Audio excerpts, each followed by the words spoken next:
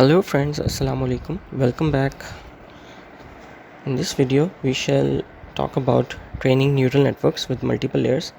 So here I am showing you the so-called multi-layer perceptron, which is sometimes also called a feed-forward neural network, and it is also a fully connected neural network. So there are two properties here describing that the data flow is like a forward, only flows in one direction, and then it's also fully connected. That means that each unit here is fully connected to another unit. And also notice the word perceptron. Although this type of network is not that closely related to the perceptron, because there's another thing going on here. It's not shown in this figure, but we have nonlinear activation functions, and what that means, we will cover this in way more detail in a future video, so no need to memorize that here. But what this architecture allows us to do is now to solve the XOR problem. So the reasons why this can solve the XOR problem, even though there is only one output node, is that it has multiple layers, and also that it has nonlinear activation functions. So these two aspects make it able to solve the XOR problem. So here I have generated some drawing data, and I applied a real multi-layer perceptron for this data, and I trained to multi-layer perceptron with a slightly different number of hidden units. And you can see in both ways the neural network came up with solutions for this XOR problems. So on the left hand side, it learned solving the XOR problem by just having these two parallel binary boundaries. I found this very interesting. So it looks very organized and very efficient. Another way the network could solve the XOR problem was shown here on the right hand side.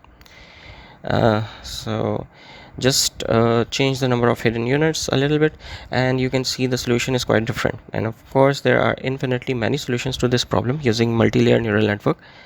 So we will again talk about this in way more detail later on. But if you are interested in drawing neural network architectures, figures, for example, here is actually a very nice tool by Alex Linnell, I think. This is a very nice tool that lets you quickly draw simple drawings of neural networks. They also have drawings for the Linnet style and AlexNet style networks, which are convolutional neural networks. These will also be covered later. Moving on, so a little bit more about the multi-layered neural network. So they have now the solution to our XOR problems with the hidden layers and the nonlinear activation functions. However, there was a new problem when this network architecture was proposed, and the problem was that it was hard to train. So initially there was no training algorithm for that. So one solution that was proposed at some point was backpropagation. So it has been proposed several independent times. There's actually an article by Jürgen Schmidt-Huber who he wrote about who invented it first. So there are different resources or literature cited here, which you may find interesting. It's a blog post listing all the different ways or inventors of backpropagation or things related to backpropagation. The paper that made it really popular though, and that showed that it actually works for training multi-layer perceptrons, was by Rumelhart and Hinton in 1986. So this was an independent formulation. They formulated it independently. By that I mean they were not aware of the previous literature. So and this was also the paper then that made this really popular, because they really showed that this actually works in practice. And also later it was shown that neural nets such as the multi-layer perceptron with one hidden layer, if it's arbitrarily large, it's able to approximate arbitrary functions. So it can approximate any arbitrary functions with a certain precision if the hidden layer has a relatively large size. But of course that the ability to approximate arbitrary functions doesn't mean it's easy to do that. It's still hard to train a network in certain cases. So there are other architectures, we will learn about them later, which are suited for or better suited for certain types of problems. But again, this was like a big breakthrough, because now there is this algorithm for training multi-layer neural networks very efficiently. And this algorithm is also still used in common architecture. It's still most efficient and most popular algorithm for training neural nets. So it has stood the test of time so far. And here's a little fun fact about the propagation algorithm by Rumelhart and Hinton. So I read this in an interview book where Geoffrey talked about how they came up with it. He said in the late 1985, I actually had a deal with Dave Rumelhart that I would write a short paper about backpropagation, which was his idea, and he would write a short paper about autoencoders, which was my idea. It was always better to have someone who didn't come up with the idea write the paper, because he could say more clearly what was important.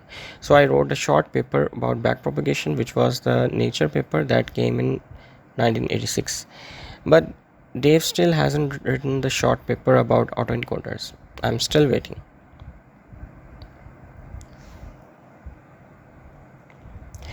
Now, backpropagation is not the only algorithm for parameterizing neural networks, such as multilayer perceptrons. So there are other types of algorithms. Uh, so here, this is from a paper by Lillicrap, Santoro, Maris, Ackerman, and Hinton, where they discussed backpropagation and the brain, basically discussing how similar learning algorithms in a human brain could be to backpropagation. Of course, we don't know the answer yet. We know that the brain is probably not using the backpropagation that we are using in for training these neural nets. However, it may use something that is somewhat similar to backpropagation. But I want to go into the discussion about neuroscience and how similar um, it is to how the human brain works. But yeah, what I found interesting is here this brief overview of the different types of learning algorithms that we could use for training and neural networks. So for example, there would be Hebbian learning. So, say you are interested in this node here, updating this connection here. Hebbian learning does not involve feedback. So with feedback here is meant that if you do a prediction and then you look at the error, you usually update the network such that the error is minimized. But if there is no feedback, it's not really minimizing the error. What happens in Hebbian learning is that the connection is strengthened. The more often it is used for making a prediction, the more, so it's not necessarily on go on improving the error. You can think of it, maybe if you are playing, let's say if you're playing tennis and you make a wrong move, but no one teaches you that it is wrong, and you make the move more and more often. So if you repeatedly make the wrong move in tennis and no one teaches you that it is wrong, it will be harder to unlearn it later. And it doesn't mean that you become better at tennis if you do a wrong move that is not hitting the ball over the net, for example. So another type of learning is perturbation learning. So you make a perturbation, like you put up a weight and see if it's better or not. If it's better, then you keep the weight, otherwise you discard it.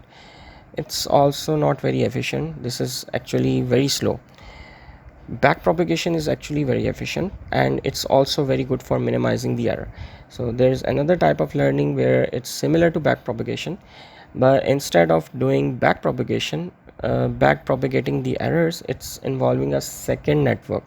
But according to the paper, also they admit that backpropagation is sufficient, the most efficient algorithm for minimizing the error, although it may not be what the human brain uses. But in practice, when we develop computers and predictive algorithms, we care about low error, good predictions, and so forth.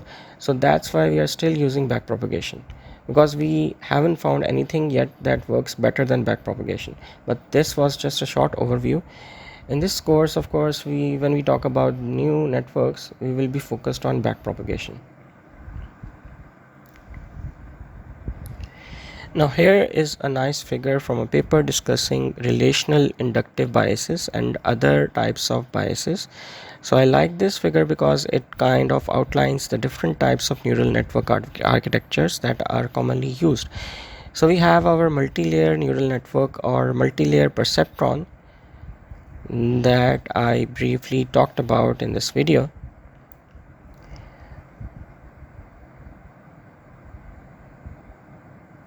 And here we assume that data columns are independent. So this would be a network that you could use with a tabular data set that we discussed in the previous video. So for example, when you think back of your iris data set where you have iris flowers up to 150 iris flowers, and then you have the sepal length, sepal width, petal length and petal width,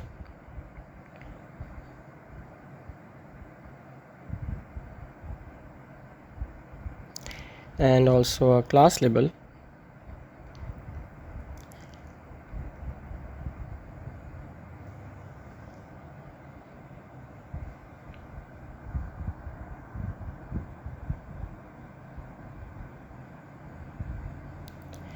So this would be something as an input to the multi-layer perceptron, and it doesn't really matter in what order these columns are.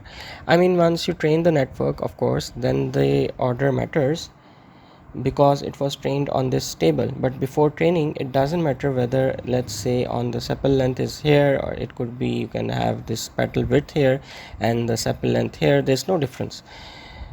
You could learn the same network if the columns are in a different order.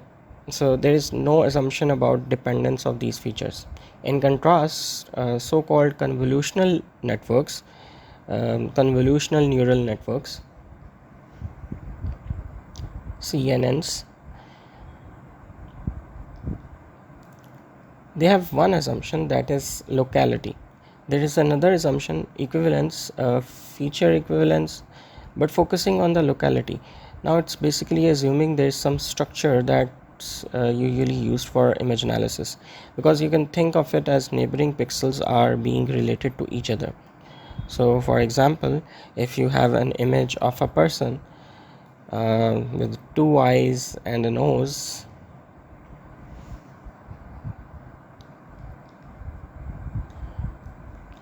so these pixels are clearly related because they all include the eye, right? So shuffling these pixels, putting one pixel up here, for example, doesn't really make sense. So in that way, there's some locality assumption. So here, in terms of relational inductive basis, you can think of the assumption you make of the data when you use a certain architecture, or there is something called a recurrent neural network, RNN.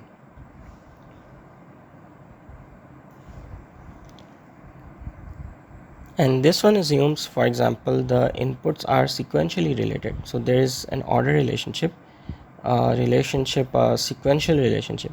So recurrent neural networks are thus useful for texts where you have words in a certain order.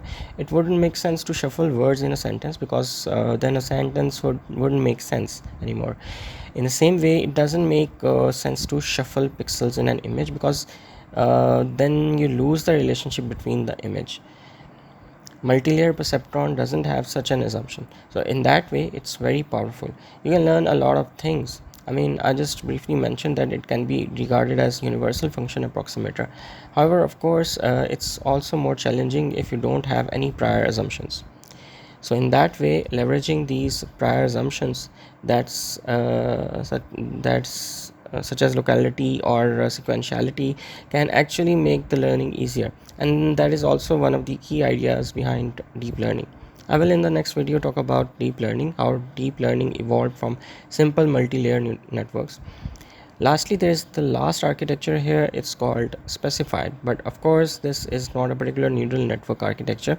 This is here referring to the fact that someone hand code these things, how things are related, and this is something that I don't think is easily implemented. So you would have to hand code this, which is very tedious. So something like this is currently not used in practice in deep learning. Usually we use recurrent neural networks and commercial networks for images and texts, and for tabular data we can use multi-layer perceptrons.